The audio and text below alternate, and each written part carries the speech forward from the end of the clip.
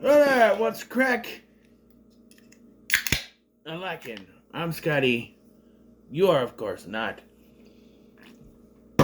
Many hours later, after watching the goddamn movie, I watched it this morning. It's now 2 o'clock in the afternoon, and I'm just getting to do the review.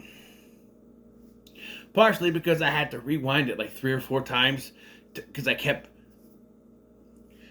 not paying attention. Welcome back to Remake-A-Thon II. We're talking about the Hellboy remake from 2019, starring David Harbour and Ian McShane. So I'm a fan of the first two Hellboy movies, directed by Guillermo del Toro, almost a Benicio, Guillermo del Toro. I have not done, if you're wondering, hey, did you do the second one? Not yet. I will. June. Because it's a Universal movie. So we'll do that one then. But I've done the original one a little while ago. And now I'm talking about this one. I really would have wanted to do the second one before this, but hey, I got free time in my schedule. Let's do it. Sort of at free time. You know. Trying to keep this channel going.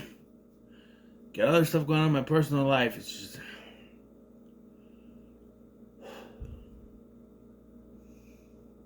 Anyway, so, yeah.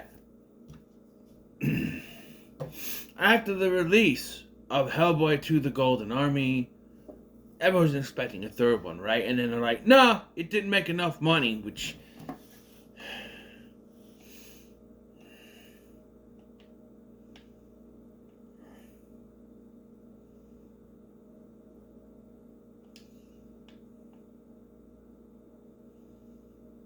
It made enough. Budget was 82.5 to 85 million, and it got 168.3 million. That's enough. That's enough. But apparently it wasn't enough. This actually began as a sequel to Hellboy 2: The Golden Army, because the original plan was for the Blood Queen to be the villain of the third film. And then Del Toro left, and they decided to just reboot it and make it rated R. And you know, there's something for that. We make it more rated R, we make it more bloody. But there's also... If you can do it right and make a rated R comic book film, make it work right, that's one thing. From the beginning of this film, you knew exactly what they meant by making this rated R. You have Ian McShane telling a backstory. It's one of the first thing, he throws an F-bomb in there. And it's like, oh, they're doing Deadpool. They're just taking the Deadpool formula of a rated R comic book movie and throwing it into this. It's not that we're going to have more blood and gore, which we do, but it's not like we're going to make it more bloody and gory. We're going to make it more rated R like the comics.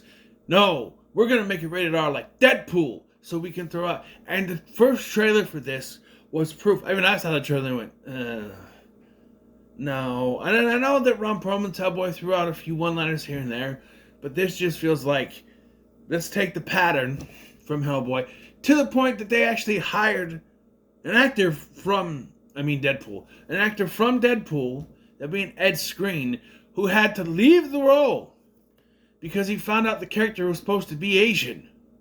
It's like, no, I don't want to do that. And they hired an actual Asian actor to play the character.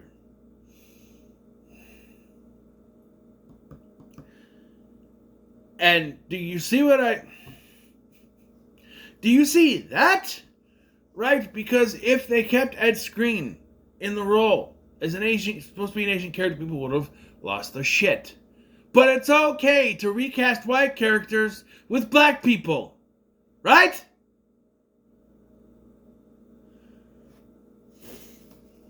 People would have lost their shit if it was an Asian character was recast with a white person. But it's okay to do the opposite and recast a white person's role with someone of color, like an Asian person or a black person or a Mexican person, Hispanic, whatever you want to call them. It's okay to do that, but it's not okay to recast. You see the double standard here? Why there's a problem. And if you try to be against the latter of what I said, or the former of what I said, where they recast a white, you're racist for not liking it. But then it's also racist to cast a character who's a person of color, like an Asian person or a black person, with a white character. That is completely racist. Do you see the double standard here? I'm just saying. So, this came out and I did not care. I'm like, I'm a hardcore fan of the originals. I'm like, no Del Toro, no Ron Perlman, no Wachi. Not at all. Nope. And the only reason I even bought this is because it's a steelbook. And it's not even like a cool... I mean, it does look cool here, because I changed it. This is what it actually looked like.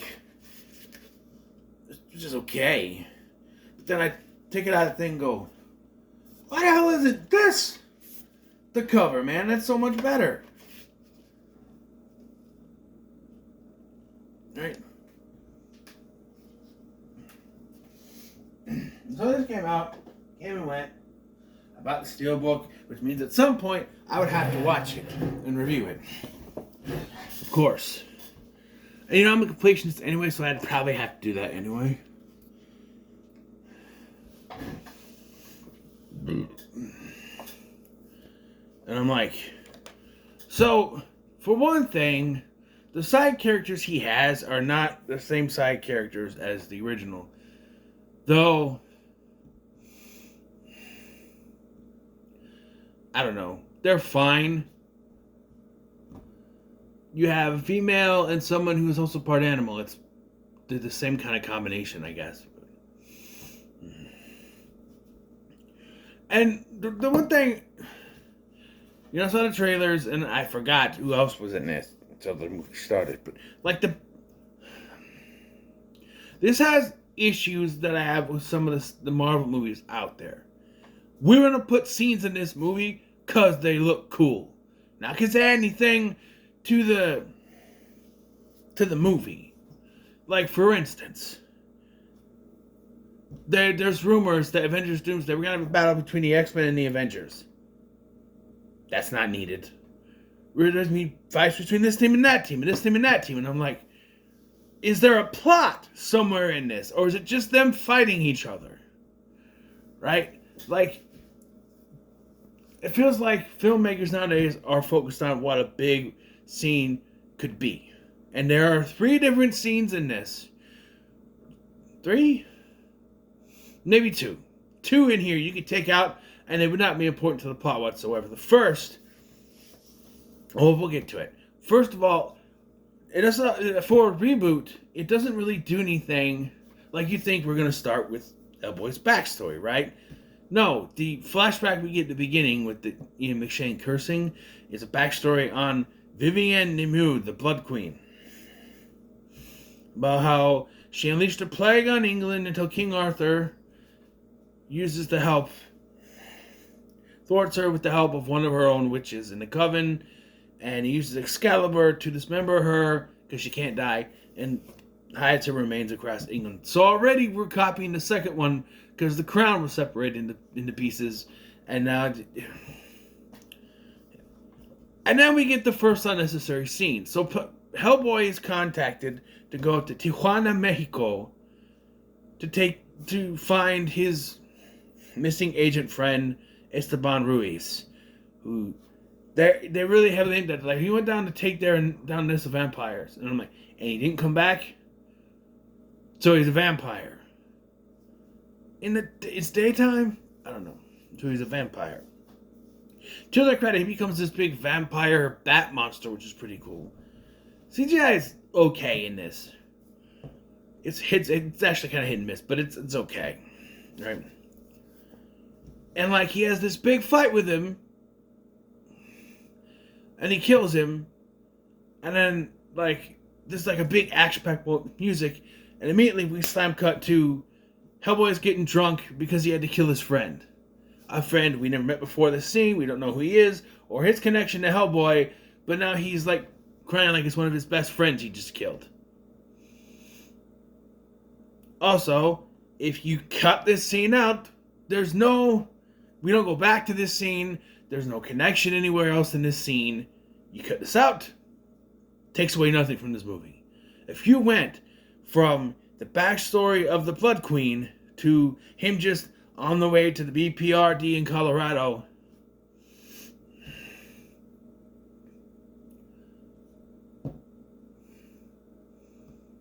you'd miss nothing. This scene isn't... They wanted an open action scene. Can you have it connected to the plot or something?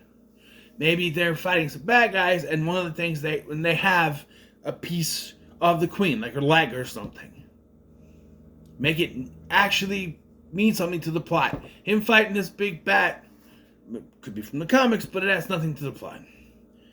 It's not the last scene that's like that. So, Broom, who is played by Ian McShane, as I said, is assigned to assist the Osiris Club in hunting 3 giants in Great Britain. Oh, I guess there is one thing Rui says that the end of the world is coming. Because I guess they had to connect it at some point. I don't know, yeah.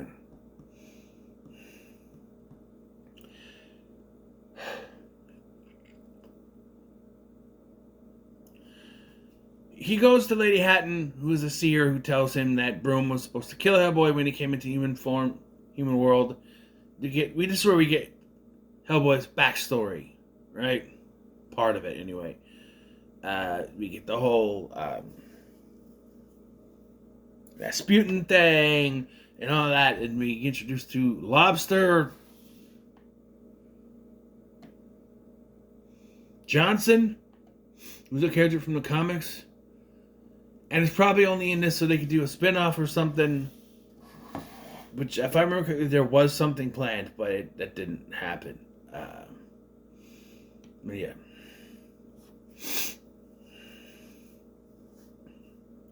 So, the Baba Yaga, not John Wick, but the Baba Yaga brings back Gunak, who is a giant pig-like fairy creature who could change the changeling.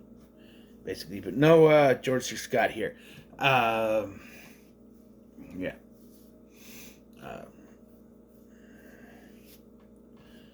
And to get the limbs of the Blood Queen so she can grant his wish. You know. So we get the giant hunt, and this is the other scene that's not needed. Seriously. It adds nothing to the film. They go out to the giant hunt, turns out there's a trap, because actually they're hunting him, and they tie him up, and they put him in some weird taser electric fence thing, until the giants actually show up and kill all of them, and then he has to fight the giants. Then it's back to the actual plot. Again, you take this scene out, nothing changes. I'm watching this going, what the fuck is the point of that? What was the point of the opening scene? The only thing we get is from Ruiz is that, end of the world is coming. Cool. But you just take that out? I don't know. Then he wakes up because he's rescued by a young woman. This is Alice. Oh, by the way, the evil Blood Queen, Mila Jovovich. Can't escape her, can I? She's not naked. Not that that's a bad thing, but I've seen too much naked Mila Jovovich during the March of the Living Dead 3. So, during those Resident Evil movies, at least. Turns out this is Alice Monaghan, who was from the comics. He rescued from the fairies as a child, a baby. Who he rescued. So Broom sends a team to retrieve him. They somehow know where he is. I don't explain anything. And Broom introduces Hellboy to M11 agent Ben Daimio, which was originally Ed Screen's character. Now it's Daniel Dai Kim, who's cast much better. He's also British, which is why they probably cast Ed Screen. Oh, he's supposed to be British. Just cast him. But no, he's supposed to be Asian in the comics. Oh. Apparently, Nimu's remains have been taken, and the last piece is stored at the Osiris Club. And when they get there, the whole place has just been attacked off screen. Again, we could have this scene. You should have shown the dude come in there and kill all these people. That would have been a fun scene to have, instead of two random scenes that had nothing to the plot. This would actually be a part of the plot, right? Alice uses Lady Hatton's spirit, who reveals that Nimue seeks Hellboy to cause the apocalypse. The arm is taken by Gregok, the big pig thing, and the Blood Queen distracts Hellboy.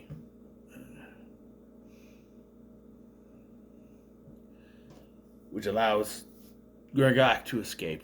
Hellboy reveals that Gregok is the changeling who took the baby at the beginning of the whole thing. Alice's place, the whole backstory. Which led to Gregok hating Hellboy. Okay. So they go to M11 headquarters for secretly acquiring before Daimyo gets this special little bullet that's supposed to kill Hellboy should he need to. And Hellboy confronts Broom about his adoption. Hellboy storms off until he ends up at Baba Yaga's house again. And Baba Yaga... Apparently he shot out Baba Yaga's eye, and she's like, I'll give you the Blood Queen's location if you give me one of your eyes. And there's a kissing thing. And then he's like, you know what? I didn't say when I gave you my eye. And then he just like leaves. And apparently he's cursed to lose a loved one. Which I went, it's Broom, right? Because Broom died in the original one. Obviously Broom's gonna die here. Right?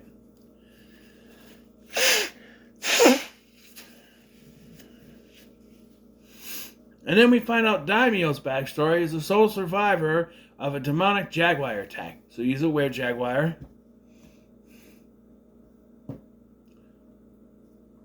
It's gonna happen at some point, right? So the Blood Queen is fully restored and she kills her coven for the betrayal, except for Ganeda, the one who led the betrayal. I don't know how to pronounce her name. Hellboy tries to stop her, but he's not powerful enough. So the Blood Queen poisons Alice and leaves. And Ganeda tells Hellboy to the resting place, takes the Hellboy to the resting place of Merlin to save Alice. Merlin cures her, and then we get... So the backstory we got earlier, the explanation of where he came from, that was from the comics. That's the original story from the original movie. And here, they reveal that in all the stories they tell about King Arthur, they never tell of his children. And he had children. Apparently Hellboy is the great grandson of King Arthur through a demonic marriage of his great granddaughter, who is Hellboy's mother, who was impregnated by a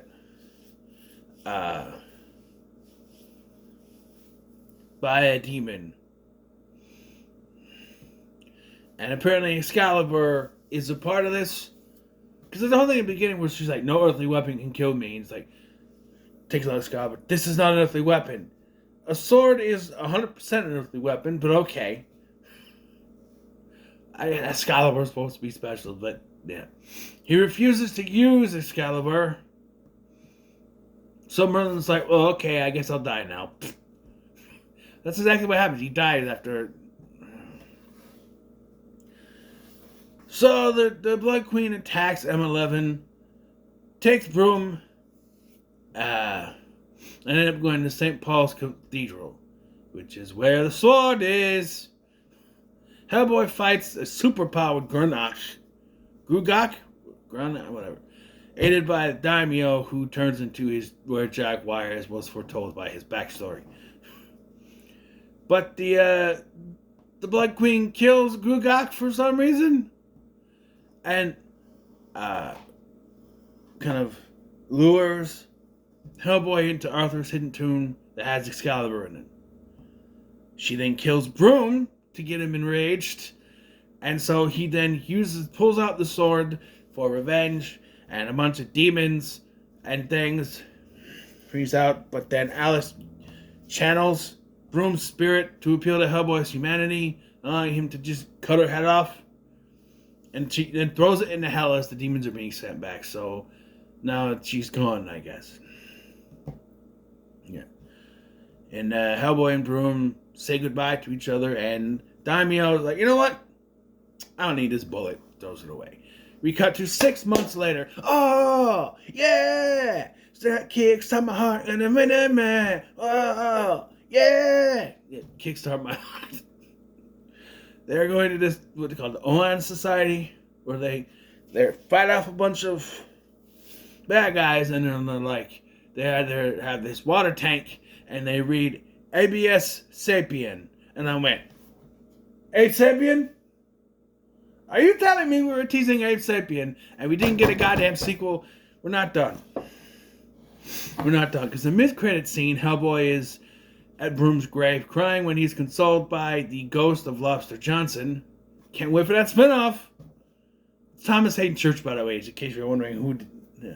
Then there's a post-credit scene in which the Baba Yaga asks an unseen force to take out Hellboy with the promise of allowing him to finally die.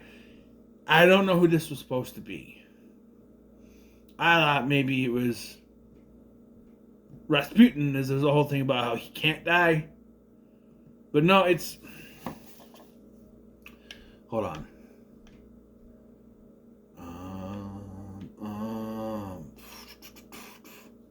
Let me look it up.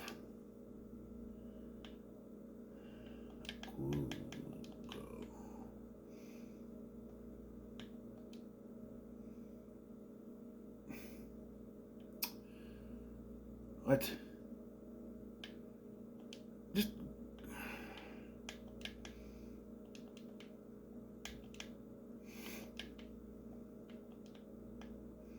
I don't know why I would just go. Why did it... I don't know.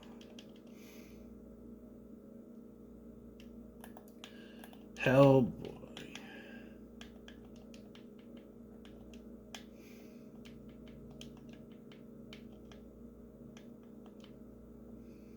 (2019) post credit scene explained.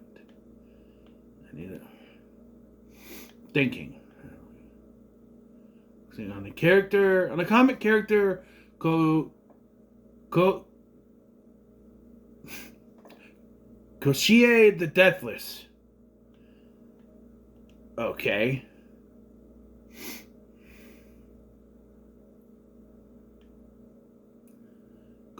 Koshie the Deathless, an immortal Russian figure who is her agent.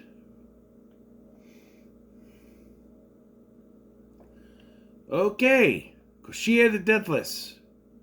Koshie? I don't know. But this movie bombed. Let me tell you why. Let me tell you how it bombed. The budget was $50 million, which is not that much, for a production. The box office is only $55.1 million. Yeesh. Because, you can say whatever it is.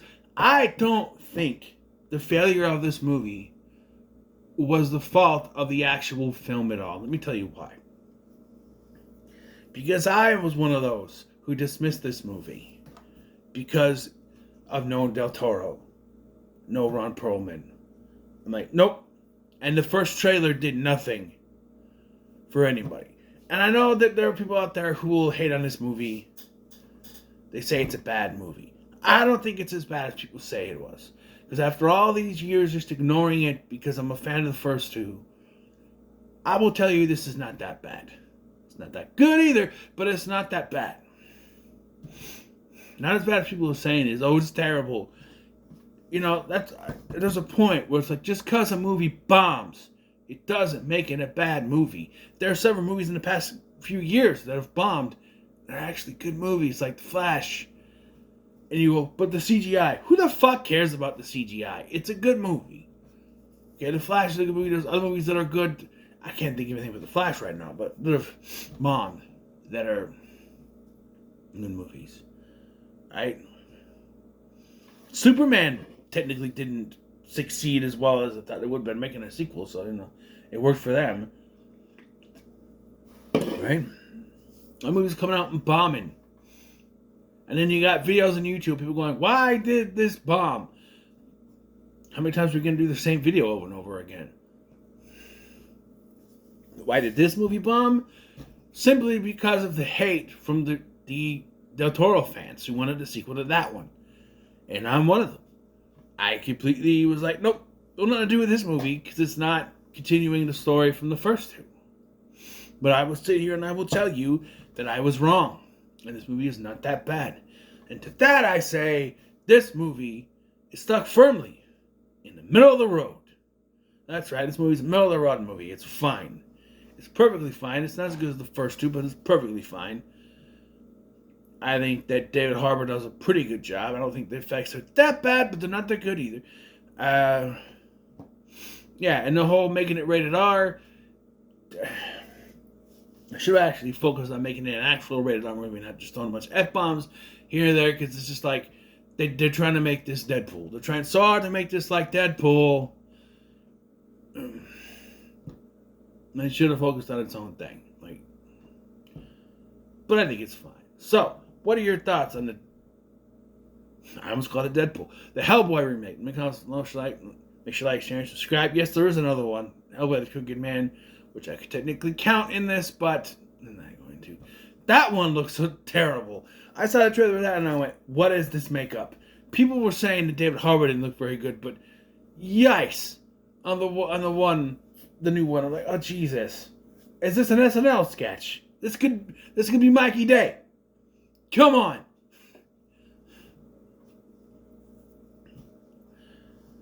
Thank you for watching. I'm this guy and I'll see you in the next one.